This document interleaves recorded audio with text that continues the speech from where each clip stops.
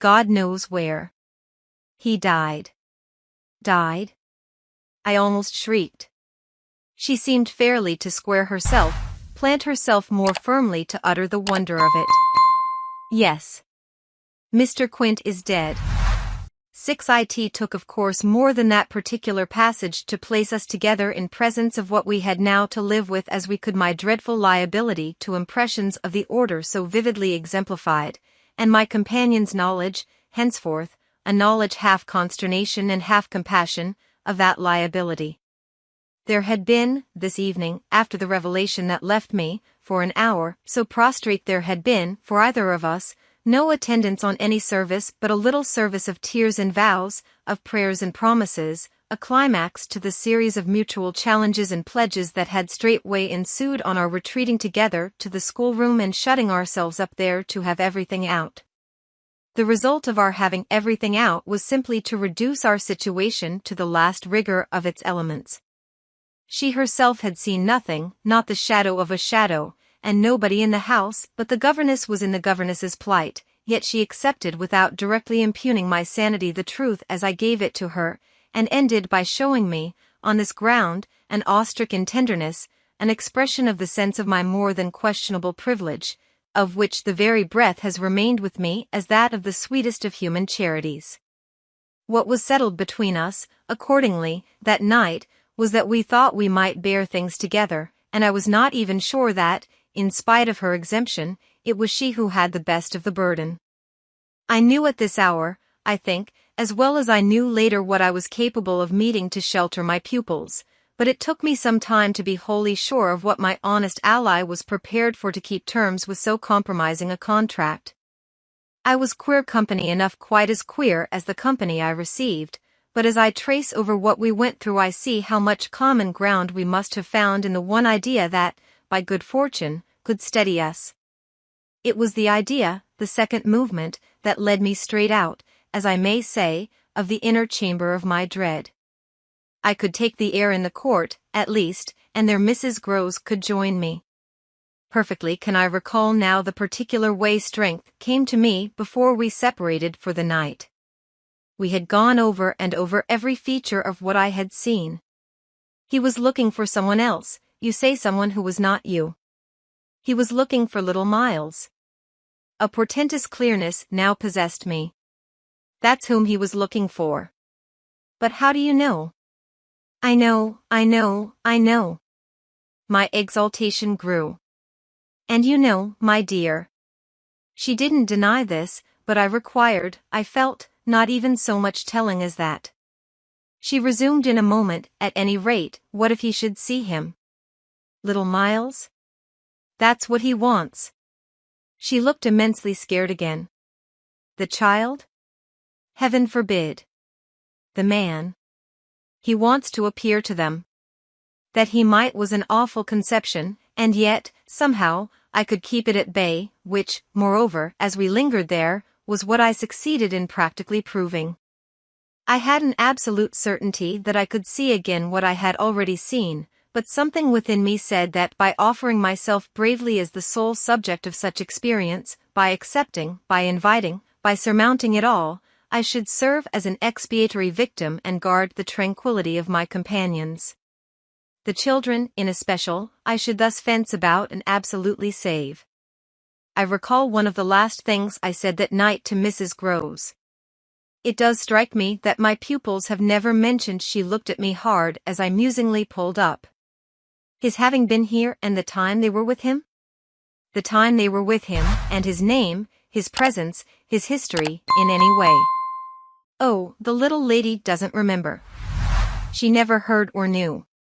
The circumstances of his death? I thought with some intensity. Perhaps not.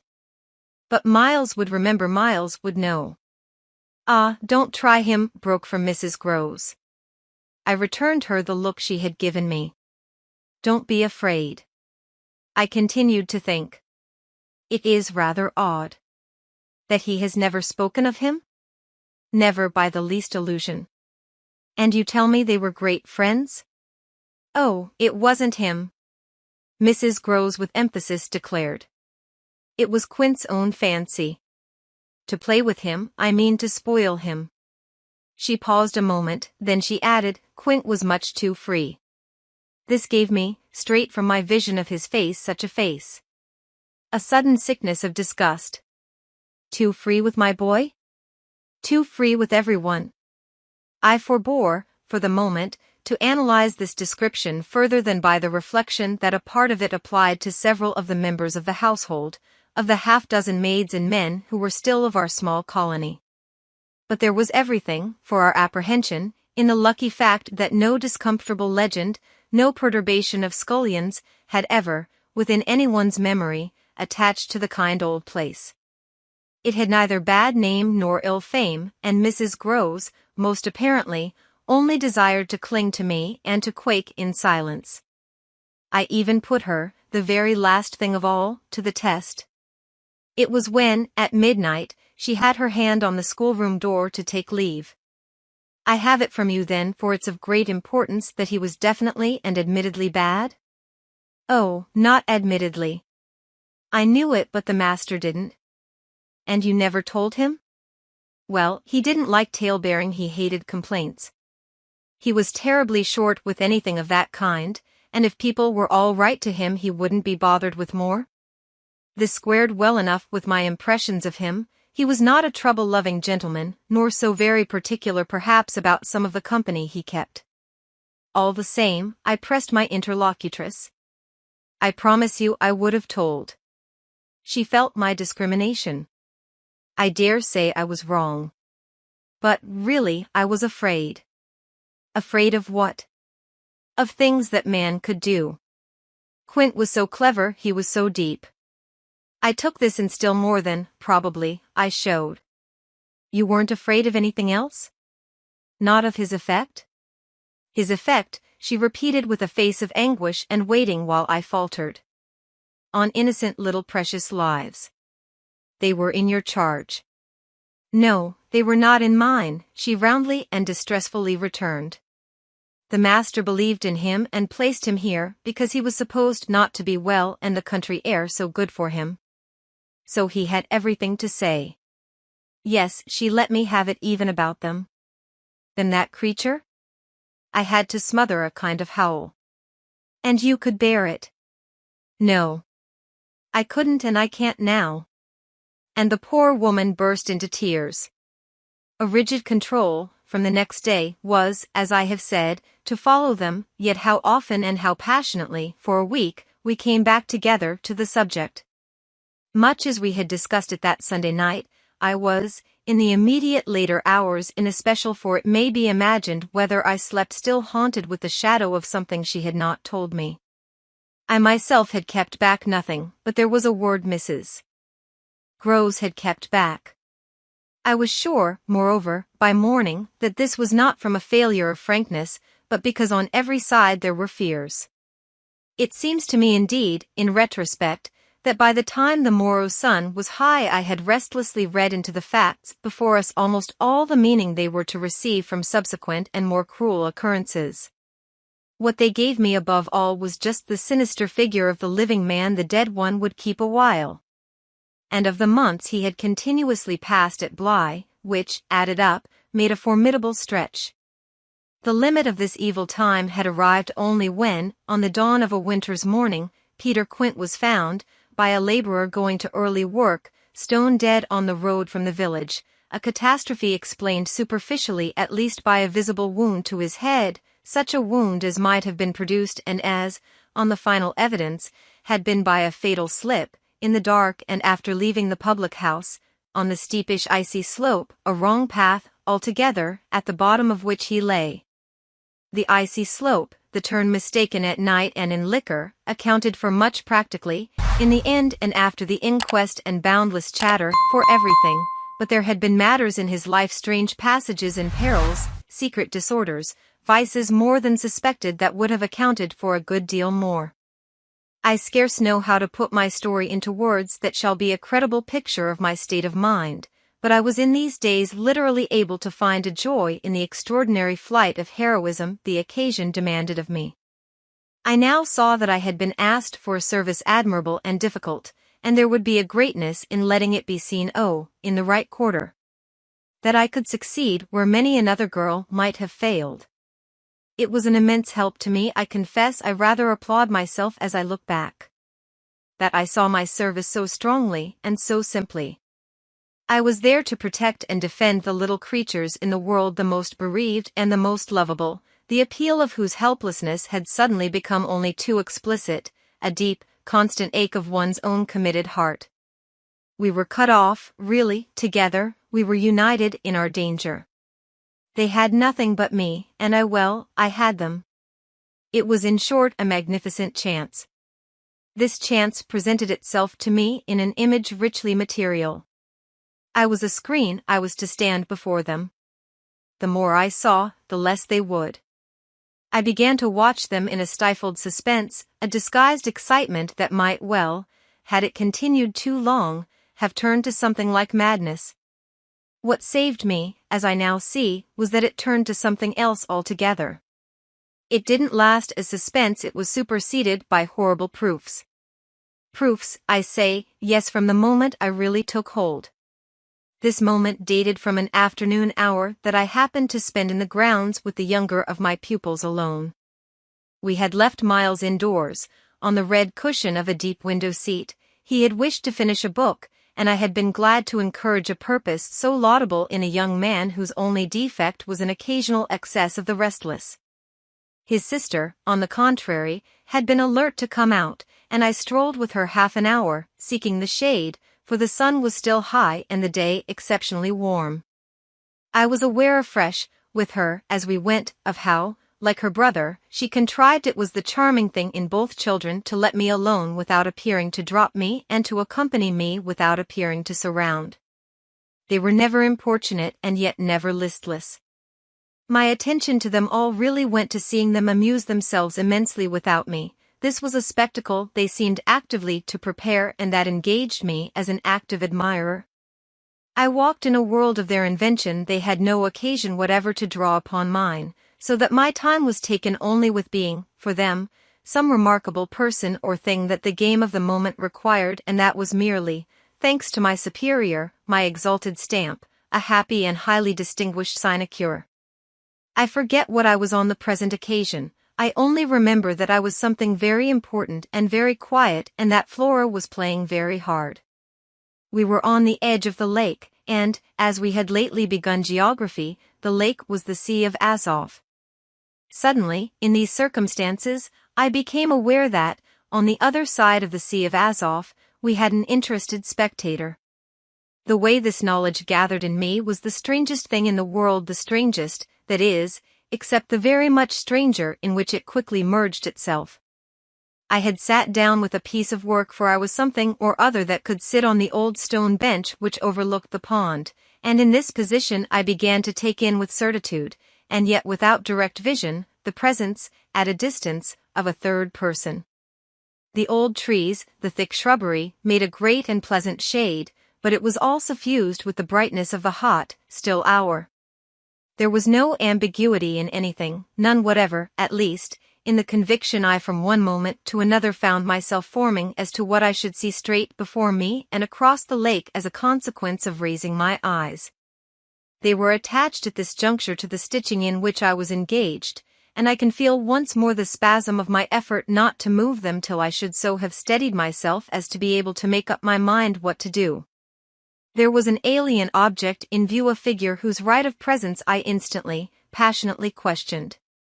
I recollect counting over perfectly the possibilities, reminding myself that nothing was more natural, for instance, than the appearance of one of the men about the place, or even of a messenger, a postman, or a tradesman's boy, from the village. That reminder had as little effect on my practical certitude as I was conscious, still even without looking, of its having upon the character and attitude of our visitor. Nothing was more natural than that these things should be the other things that they absolutely were not.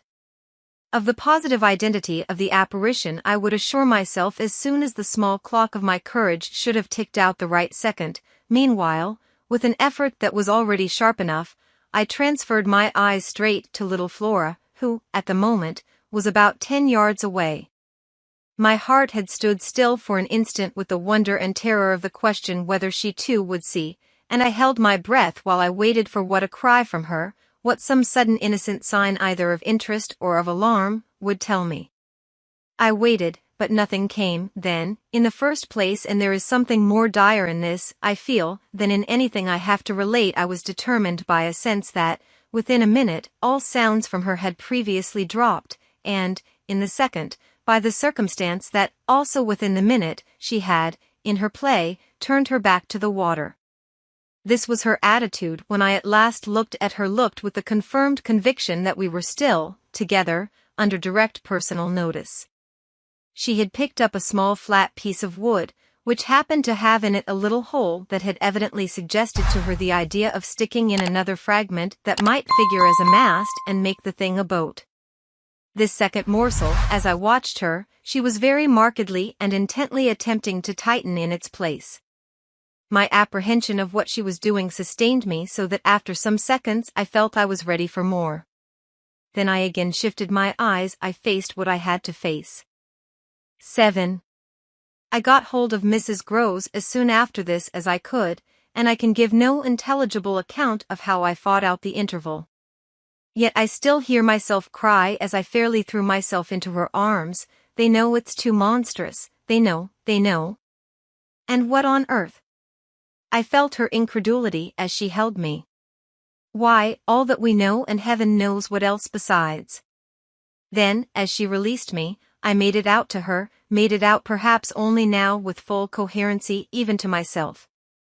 2 hours ago, in the garden, I could scarce articulate. Flora saw. Mrs. Groves took it as she might have taken a blow in the stomach. "She has told you," she panted.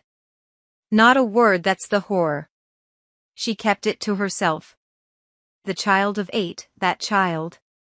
Unutterable still, for me, was the stupefaction of it. Mrs. Groves, of course, could only gape the wider. "Then how do you know?" "I was there, I saw with my eyes, saw that she was perfectly aware." "Do you mean aware of him?" "No, of her." I was conscious as I spoke that I looked prodigious things, for I got the slow reflection of them in my companion's face. Another person this time, but a figure of quite as unmistakable horror and evil, a woman in black, pale and dreadful, with such an air also, and such a face. On the other side of the lake. I was there with the child, quiet for the hour, and in the midst of it she came. Came how, from where? From where they come from. She just appeared and stood there, but not so near. And without coming nearer? Oh, for the effect and the feeling, she might have been as close as you. My friend, with an odd impulse, fell back a step. Was she someone you've never seen? Yes. But someone the child has. Someone you have? Then, to show how I had thought it all out, my predecessor, the one who died. Miss Jessel? Miss Jessel. You don't believe me? I pressed. She turned right and left in her distress. How can you be sure? This drew from me, in the state of my nerves, a flash of impatience. Then ask Flora, she's sure. But I had no sooner spoken than I caught myself up. No, for God's sake, don't. She'll say she isn't, she'll lie. Mrs. Groves was not too bewildered instinctively to protest. Ah, how can you? Because I'm clear. Flora doesn't want me to know. It's only then to spare you. No, no, there are depths, depths. The more I go over it, the more I see in it, and the more I see in it, the more I fear. I don't know what I don't see, what I don't fear. Mrs. Groves tried to keep up with me. You mean you're afraid of seeing her again? Oh, no, that's nothing now. Then I explained. It's of not seeing her. But my companion only looked wan. I don't understand you. Why, it's that the child may keep it up, and that the child assuredly will without my knowing it. At the image of this possibility Mrs. Groves for a moment collapsed, yet presently to pull herself together again, as if from the positive force of the sense of what, should we yield an inch, there would really be to give way to. Dear, dear, we must keep our heads. And after all, if she doesn't mind it. She even tried a grim joke. Perhaps she likes it. Like such things, a scrap of an infant. Isn't it just a proof of her blessed innocence? My friend gravely inquired. She brought me, for the instant, almost round. Oh, we must clutch at that, we must cling to it. If it isn't a proof of what you say, it's a proof of God knows what. For the woman's a horror of horrors. Mrs. Groves, at this, fixed her eyes a minute on the ground, then at last raising them, "Tell me how you know," she said. "Then you admit it's what she was?" I cried. "Tell me how you know," my friend simply repeated. "No. By seeing her. By the way she looked." "At you, do you mean so wickedly?" "Dear me, no, I could have borne that." She gave me never a glance. She only fixed the child. Mrs. Groves tried to see it. Fixed her? Ah, with such awful eyes. She stared at mine as if they might really have resembled them. "Do you mean of dislike?" "God help us, no. Of something much worse." Worse than dislike, this left her indeed at a loss. With a determination indescribable. With a kind of fury of intention. I made her turn pale. Intention? To get hold of her. Mrs. Groves, her eyes just lingering on mine, gave a shudder and walked to the window, and while she stood there looking out, I completed my statement. "That's what Flora knows." After a little she turned round. "The person was in black, you say?" "In mourning, rather poor, almost shabby. But yes, with extraordinary beauty." I now recognized to what I had at last, stroke by stroke, brought the victim of my confidence, for she quite visibly weighed this. "Oh, handsome, very, very," I insisted, "wonderfully handsome." "But infamous." She slowly came back to me. Miss Jessel was infamous.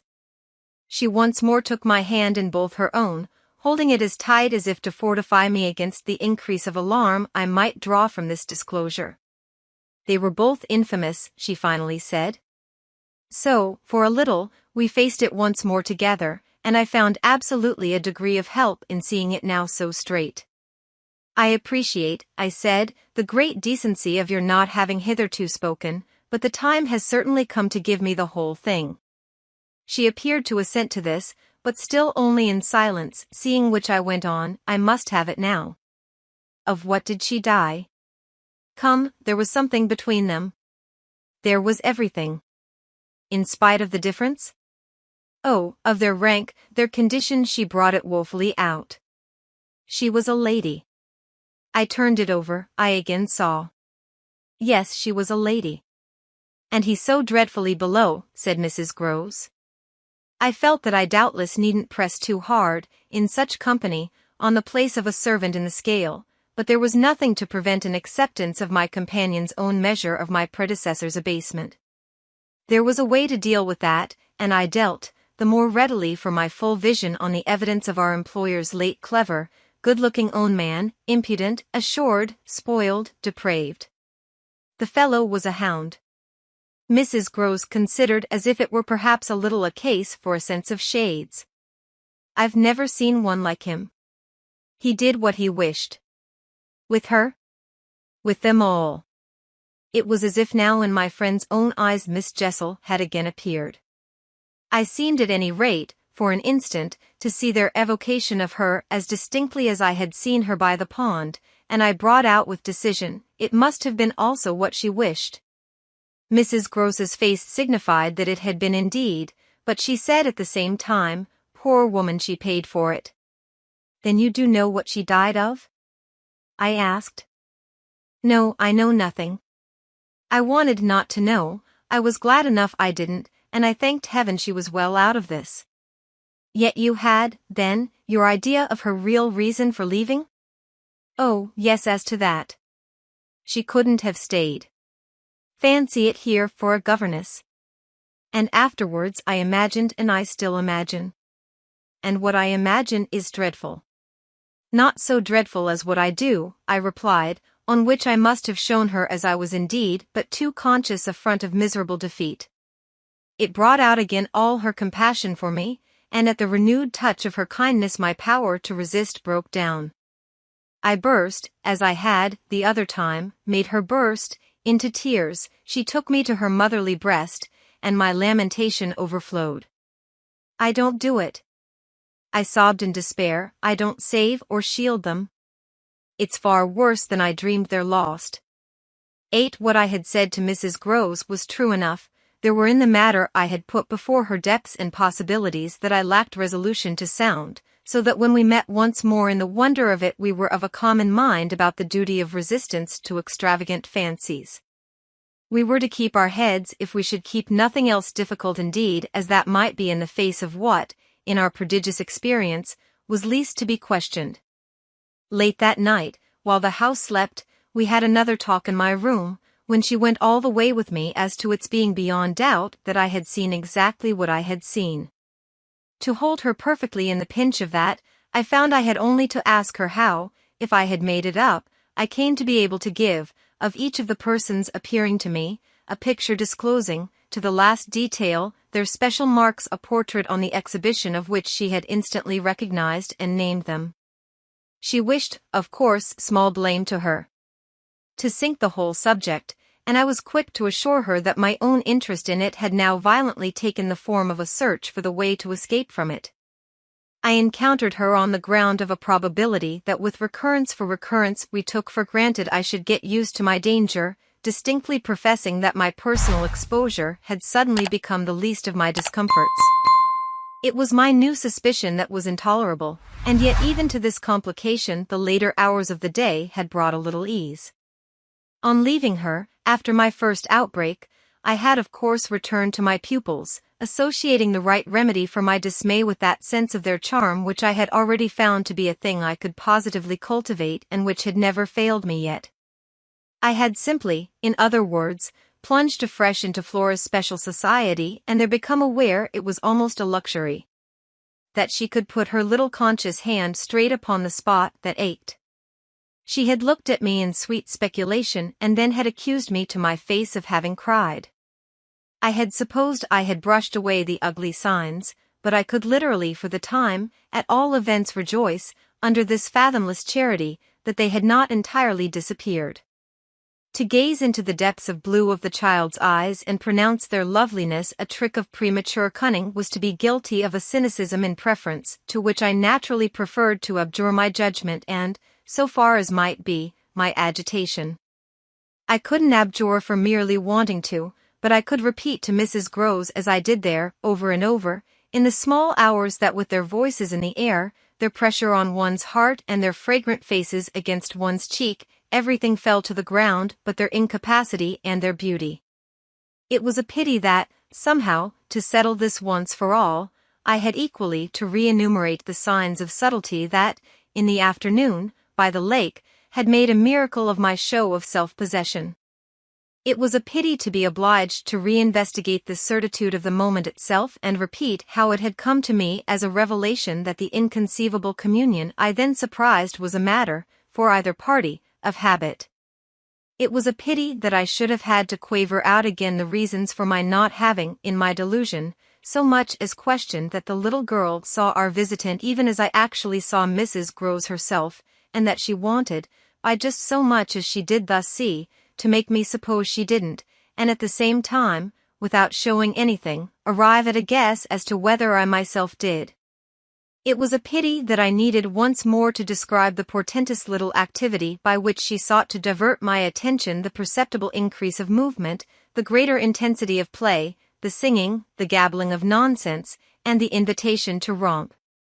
Yet if I had not indulged, to prove there was nothing in it, in this review, I should have missed the 2 or 3 dim elements of comfort that still remained to me.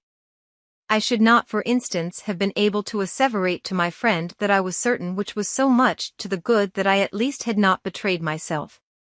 I should not have been prompted, by stress of need, by desperation of mind, I scarce know what to call it, to invoke such further aid to intelligence as might spring from pushing my colleague fairly to the wall.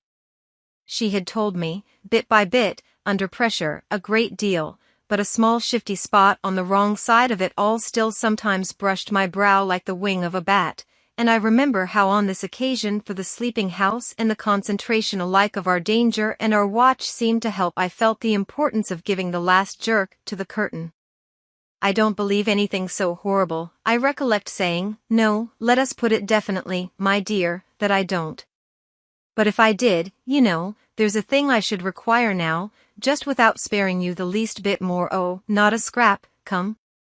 To get out of you. What was it you had in mind when, in our distress, before Miles came back, over the letter from his school, you said, under my insistence, that you didn't pretend for him that he had not literally ever been bad? He has not literally ever, in these weeks that I myself have lived with him and so closely watched him, he has been an imperturbable little prodigy of delightful, lovable goodness. Therefore you might perfectly have made the claim for him if you had not, as it happened, seen an exception to take. What was your exception, and to what passage in your personal observation of him did you refer? It was a dreadfully austere inquiry, but levity was not our note, and, at any rate, before the grey dawn admonished us to separate I had got my answer. What my friend had had in mind proved to be immensely to the purpose.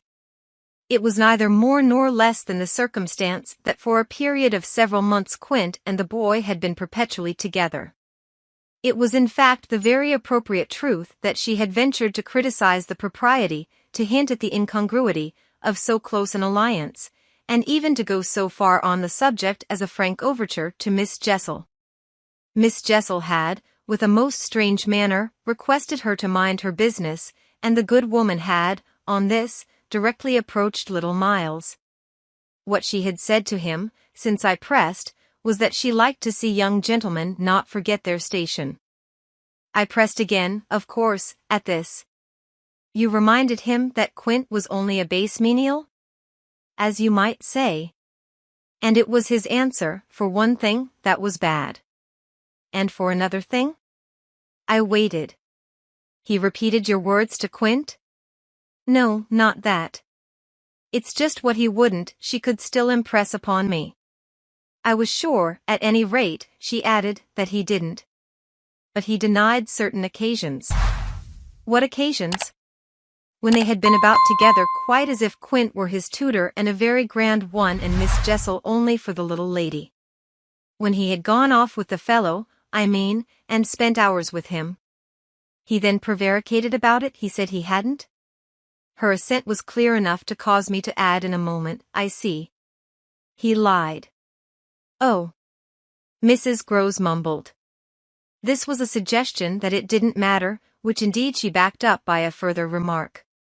You see, after all, Miss Jessel didn't mind. She didn't forbid him. I considered. Did he put that to you as a justification? At this she dropped again. No, he never spoke of it. Never mentioned her in connection with Quint? She saw, visibly flushing, where I was coming out. Well, he didn't show anything. He denied, she repeated, he denied. Lord, how I pressed her now. So that you could see he knew what was between the two wretches? I don't know, the poor woman groaned. You do know, you dear thing, I replied, only you haven't my dreadful boldness of mind, and you keep back, out of timidity and modesty and delicacy, even the impression that, in the past, when you had, without my aid, to flounder about in silence, most of all made you miserable.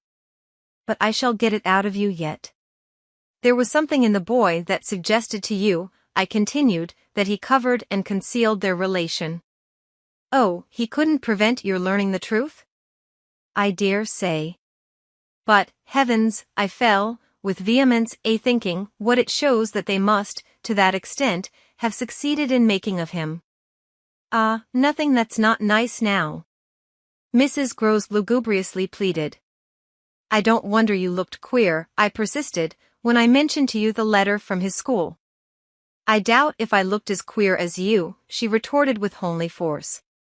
And if he was so bad then as that comes to, how is he such an angel now? Yes, indeed, and if he was a fiend at school. How? Well, I said in my torment, you must put it to me again, but I shall not be able to tell you for some days. Only, put it to me again. I cried in a way that made my friend stare. There are directions in which I must not for the present let myself go. Meanwhile, I returned to her first example, the one to which she had just previously referred of the boy's happy capacity for an occasional slip. If quint on your remonstrance at the time you speak of was a base menial, one of the things Miles said to you, I find myself guessing, was that you were another. Again her admission was so adequate that I continued, and you forgave him that? Wouldn't you? Oh, yes. And we exchanged there, in the stillness, a sound of the oddest amusement. Then I went on, at all events, while he was with the man Miss Flora was with the woman. It suited them all. It suited me, too, I felt, only too well, by which I mean that it suited exactly the particularly deadly view I was in the very act of forbidding myself to entertain. But I so far succeeded in checking the expression of this view that I will throw, just here, no further light on it than may be offered by the mention of my final observation to Mrs. Groves. His having lied and been impudent are, I confess, less engaging specimens than I had hoped to have from you of the outbreak in him of the little natural man. Still, I mused, they must do, for they make me feel more than ever that I must watch. It made me blush, the next minute, to see in my friend's face how much more unreservedly she had forgiven him than her anecdote struck me as presenting to my own tenderness an occasion for doing. This came out when, at the schoolroom door, she quitted me. Surely you don't accuse him of carrying on an intercourse that he conceals from me? Ah, remember that, until further evidence, I now accuse nobody. Then, before shutting her out to go, by another passage, to her own place, I must just wait, I wound up. 9 I waited, and the days, as they elapsed, took something from my consternation. A very few of them, in fact, passing, in constant sight of my pupils, without a fresh incident, sufficed to give to grievous fancies and even to odious memories a kind of brush of the sponge. I have spoken of the surrender to their extraordinary childish grace as a thing I could actively cultivate, and it may be imagined if I neglected now to address myself to this source for whatever it would yield. Stranger than I can express, certainly, was the effort to struggle against my new lights. It would doubtless have been, however, a greater tension still had it not been so frequently successful. I used to wonder how my little charges could help guessing that I thought strange things about them, and the circumstance that these things only made them more interesting was not by itself a direct aid to keeping them in the dark. I trembled lest they should see that they were so immensely more interesting. Putting things at the worst, at all events, as in meditation I so often did, any clouding of their innocence could only be blameless and foredoomed, as they were a reason the more for taking risks. There were moments when, by an irresistible impulse, I found myself catching them up and pressing them to my heart. As soon as I had done so I used to say to myself, what will they think of that? Doesn't it betray too much? It would have been easy to get into a sad, wild tangle about how much I might betray, but the real account, I feel, of the hours of peace that I could still enjoy was that the immediate charm of my companions was a beguilement still effective even under the shadow of the possibility that it was studied. For if it occurred to me that I might occasionally excite suspicion by the little outbreaks of my sharper passion for them, so too I remember wondering if I mightn't see a queerness in the traceable increase of their own demonstrations. They were at this period extravagantly and preternaturally fond of me, which, after all, I could reflect, was no more than a graceful response in children perpetually bowed over and hugged. The homage of which they were so lavish succeeded, in truth, for my nerves, quite as well as if I never appeared to myself, as I may say, literally to catch them at a purpose in it.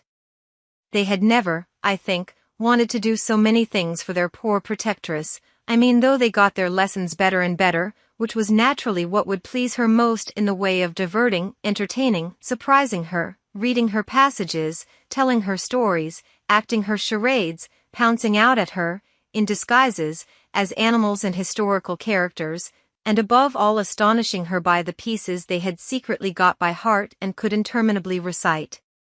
I should never get to the bottom were I to let myself go even now of the prodigious private commentary, all under still more private correction, with which, in these days, I overscored their full hours. They had shown me from the first a facility for everything, a general faculty which, taking a fresh start, achieved remarkable flights. They got their little tasks as if they loved them, and indulged, from the mere exuberance of the gift, in the most unimposed little miracles of memory.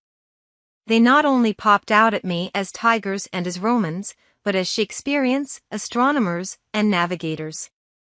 This was so singularly the case that it had presumably much to do with the fact as to which, at the present day, I am at a loss for a different explanation. I allude to my unnatural composure on the subject of another school for miles. What I remember is that I was content not, for the time, to open the question, and that contentment must have sprung from the sense of his perpetually striking show of cleverness. He was too clever for a bad governess, for a parson's daughter, to spoil, and the strangest if not the brightest thread in the pensive embroidery I just spoke of was the impression I might have got, if I had dared to work it out, that he was under some influence operating in his small intellectual life as a tremendous incitement. If it was easy to reflect, however, that such a boy could postpone school, it was at least as marked that for such a boy to have been kicked out by a schoolmaster was a mystification without end. Let me add that in their company now, and I was careful almost never to be out of it, I could follow no scent very far. We lived in a cloud of music and love and success and private theatricals. The musical sense in each of the children was of the quickest, but the elder in especial had a marvelous knack of catching and repeating. The schoolroom piano broke into all gruesome fancies, and when that failed there were confabulations in corners, with a sequel of one of them going out in the highest spirits in order to come in as something new. I had had brothers myself, and it was no revelation to me that little girls could be slavish idolaters of little boys. What surpassed everything was that there was a little boy in the world who could have for the inferior age, sex, and intelligence so fine a consideration. They were extraordinarily at one, and to say that they never either quarreled or complained is to make the note of praise coarse for their quality of sweetness. Sometimes, indeed, when I dropped into coarseness, I perhaps came across traces of little understandings between them by which one of them should keep me occupied while the other slipped away. There is a naïf side, I suppose, in all diplomacy, but if my pupils practiced upon me, it was surely with a minimum of grossness. It was all in the other quarter that, after a lull, the grossness broke out. I find that I really hang back, but I must take my plunge. In going on with the record of what was hideous at Bly, I not only challenge the most liberal faith for which I little care, but and this is another matter I renew what I myself suffered, I again push my way through it to the end. There came suddenly an hour after which, as I look back, the affair seems to me to have been all pure suffering, but I have at least reached the heart of it, and the straightest road out is doubtless to advance. One evening with nothing to lead up or to prepare it I felt the cold touch of the impression that had breathed on me the night of my arrival and which, much lighter than, as I have mentioned, I should probably have made little of in memory had my subsequent sojourn been less agitated. I had not gone to bed, I sat reading by a couple of candles. There was a roomful of old books at Bly last-century fiction, some of it, which, to the extent of a distinctly deprecated renown, but never to so much as that of a stray specimen, had reached the sequestered home and appealed to the unavowed curiosity of my youth. I remember that the book I had in my hand was Fielding's Amelia, also that I was wholly awake. I recall further both a general conviction that it was horribly late and a particular objection to looking at my watch. I figure, finally, that the white curtain draping, in the fashion of those days, the head of Flora's little bed, shrouded, as I had assured myself long before, the perfection of childish rest. I recollect in short that, though I was deeply interested in my author, I found myself, at the turn of a page and with his spell all scattered, looking straight up from him and hard at the door of my room. There was a moment during which I listened, reminded of the faint sense I had had the first night, of there being something undefinably astir in the house, and noted the soft breath of the open casement just move the half-drawn blind. Then, with all the marks of a deliberation that must have seemed magnificent had there been anyone to admire it, I laid down my book, rose to my feet, and, taking a candle, went straight out of the room and, from the passage, on which my light made little impression, noiselessly closed and locked the door. I can say now neither what determined nor what guided me, but I went straight along the lobby, holding my candle high, till I came within sight of the tall window that presided over the great turn of the staircase. At this point I precipitately found myself aware of three things. They were practically simultaneous, yet they had flashes of succession. My candle, under a bold flourish, went out, and I perceived, by the uncovered window, that the yielding dusk of earliest morning rendered it unnecessary. Without it, the next instant, I saw that there was someone on the stair. I speak of sequences, but I required no lapse of seconds to stiffen myself for a third encounter with Quint. The apparition had reached the landing halfway up and was therefore on the spot nearest the window, where at sight of me, it stopped short and fixed me exactly as it had fixed me from the tower and from the garden. He knew me as well as I knew him, and so, in the cold, faint twilight, with a glimmer in the high glass and another on the polish of the oak stair below, we faced each other in our common intensity. He was absolutely, on this occasion, a living, detestable, dangerous presence. But that was not the wonder of wonders. I reserve this distinction for quite another circumstance, the circumstance that dread had unmistakably quitted me and that there was nothing in me there that didn't meet and measure him. I had plenty of anguish after that extraordinary moment, but I had, thank God, no terror. And he knew I had not. I found myself at the end of an instant magnificently aware of this. I felt, in a fierce rigor of confidence, that if I stood my ground a minute I should cease for the time, at least to have him to reckon with, and during the minute, accordingly, the thing was as human and hideous as a real interview, hideous just because it was human as to have met alone, in the small hours, in a sleeping house, some enemy, some adventurer, some criminal. It was the dead silence of our long gaze at such close quarters that gave the whole horror, huge as it was, its only note of the unnatural. If I had met a murderer in such a place and at such an hour, we still at least would have spoken. Something would have passed, in life, between us. If nothing had passed, one of us would have moved. The moment was so prolonged that it would have taken but little more to make me doubt if even I were in life.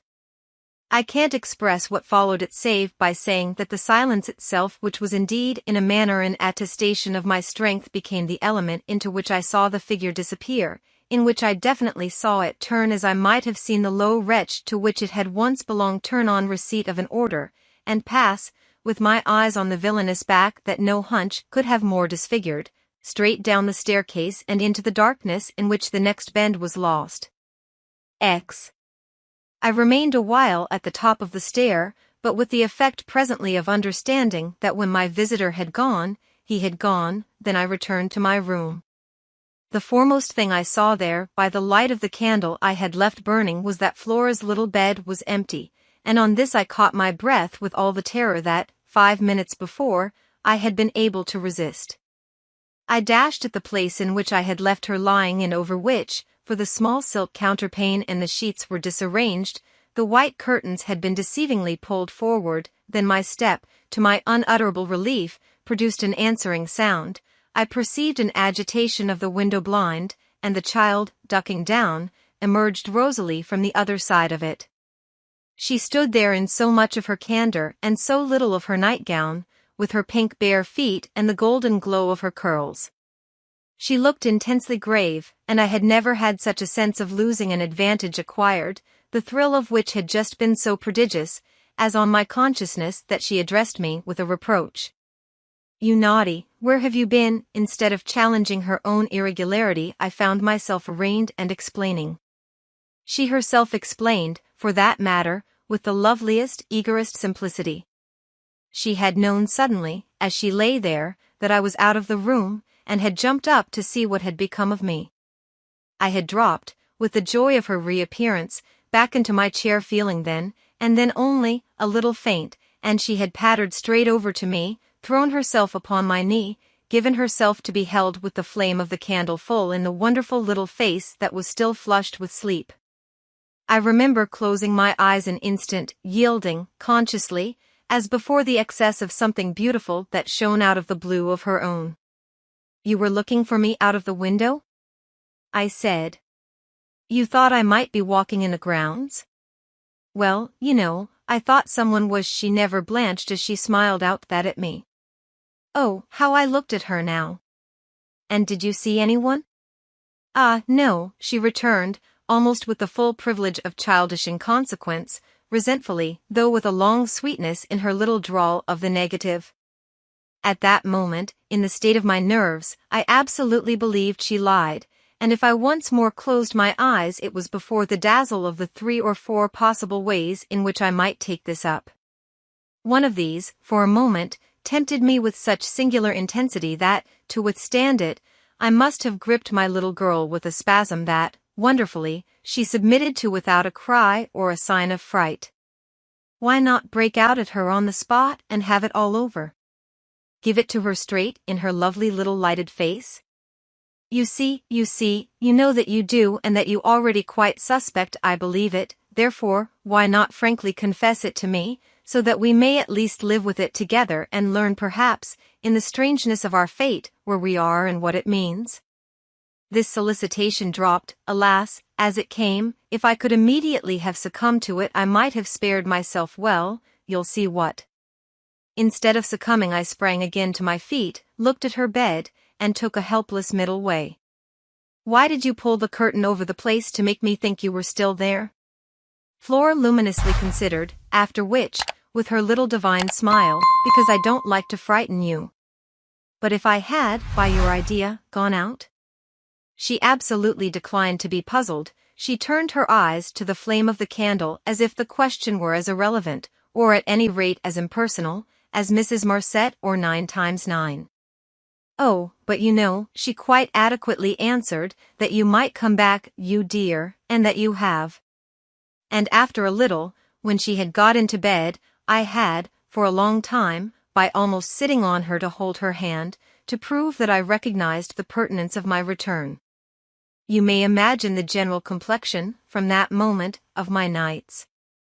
I repeatedly sat up till I didn't know when. I selected moments when my roommate unmistakably slept, and, stealing out, took noiseless turns in the passage and even pushed as far as to where I had last met Quint.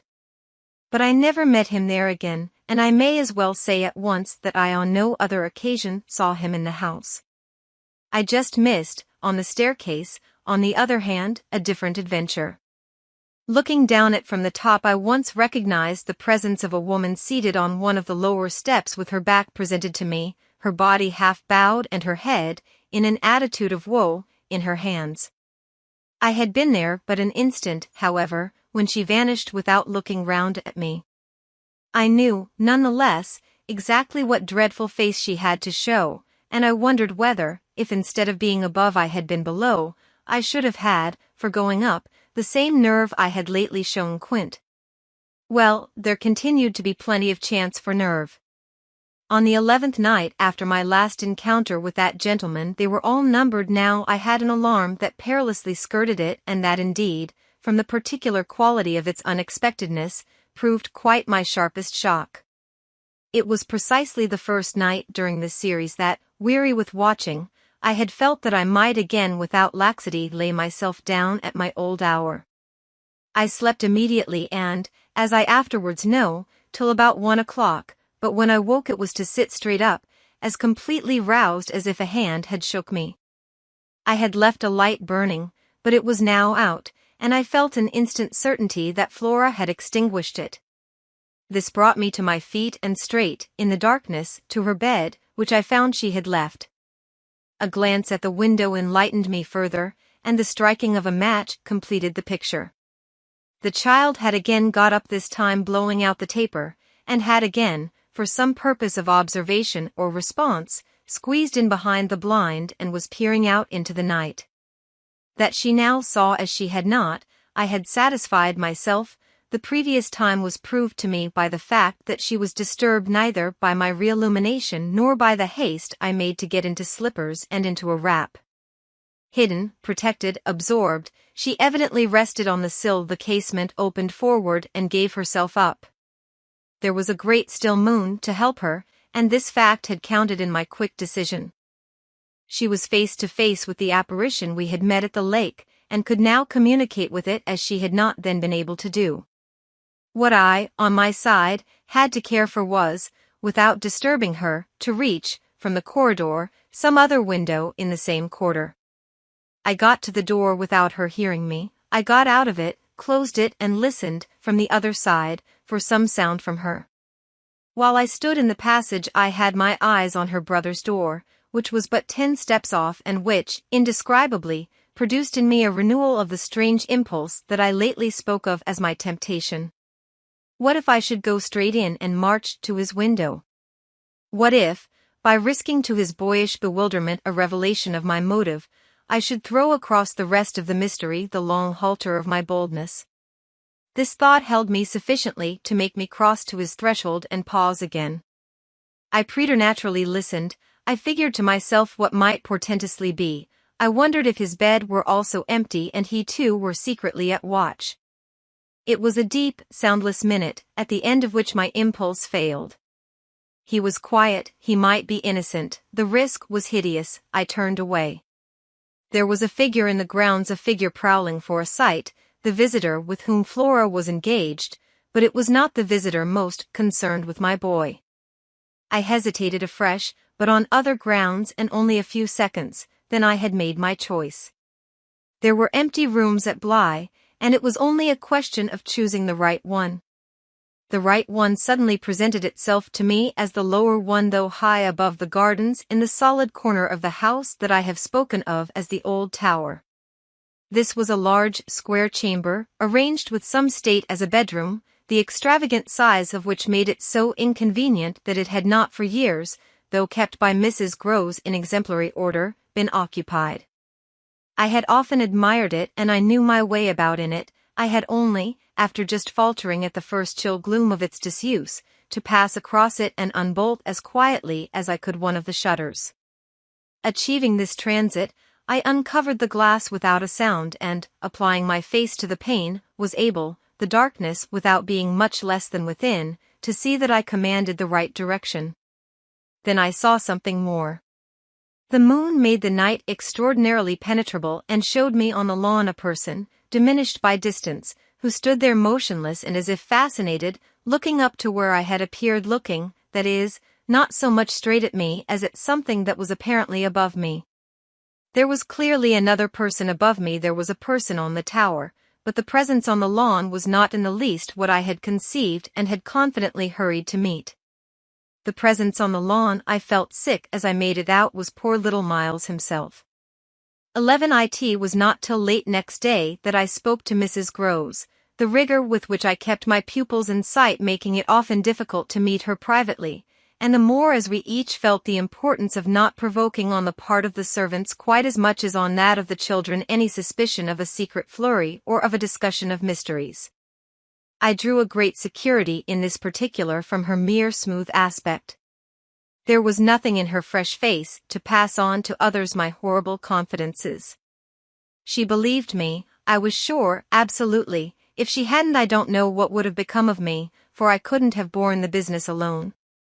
But she was a magnificent monument to the blessing of a want of imagination, and if she could see in our little charges nothing but their beauty and amiability, their happiness and cleverness, she had no direct communication with the sources of my trouble. If they had been at all visibly blighted or battered, she would doubtless have grown, on tracing it back, haggard enough to match them. As matters stood, however, I could feel her, when she surveyed them, with her large white arms folded in the habit of serenity in all her look, thank the Lord's mercy that if they were ruined the pieces would still serve. Flights of fancy gave place, in her mind, to a steady fireside glow, and I had already begun to perceive how, with the development of the conviction that as time went on without a public accident our young things could, after all, look out for themselves, she addressed her greatest solicitude to the sad case presented by their instructress. That, for myself, was a sound simplification. I could engage that, to the world, my face should tell no tales, but it would have been, in the conditions, an immense added strain to find myself anxious about hers. At the hour I now speak of she had joined me, under pressure, on the terrace, where, with the lapse of the season, the afternoon sun was now agreeable, and we sat there together while, before us, at a distance, but within call if we wished, the children strolled to and fro in one of their most manageable moods. They moved slowly, in unison, below us, over the lawn, the boy, as they went, reading aloud from a storybook and passing his arm round his sister to keep her quite in touch. Mrs. Groves watched them with positive placidity, then I caught the suppressed intellectual creak with which she conscientiously turned to take from me a view of the back of the tapestry. I had made her a receptacle of lurid things, but there was an odd recognition of my superiority, my accomplishments, and my function in her patience under my pain. She offered her mind to my disclosures as, had I wished to mix a witch's broth and proposed it with assurance, she would have held out a large clean saucepan. This had become thoroughly her attitude by the time that, in my recital of the events of the night, I reached the point of what Miles had said to me when, after seeing him, at such a monstrous hour, almost on the very spot where he happened now to be, I had gone down to bring him in, choosing then, at the window, with a concentrated need of not alarming the house, rather that method than a signal more resonant. I had left her meanwhile in little doubt of my small hope of representing with success even to her actual sympathy my sense of the real splendor of the little inspiration with which, after I had got him into the house, the boy met my final articulate challenge. As soon as I appeared in the moonlight on the terrace, he had come to me as straight as possible, on which I had taken his hand without a word and led him, through the dark spaces, up the staircase where Quint had so hungrily hovered for him, along the lobby where I had listened and trembled, and so to his forsaken room.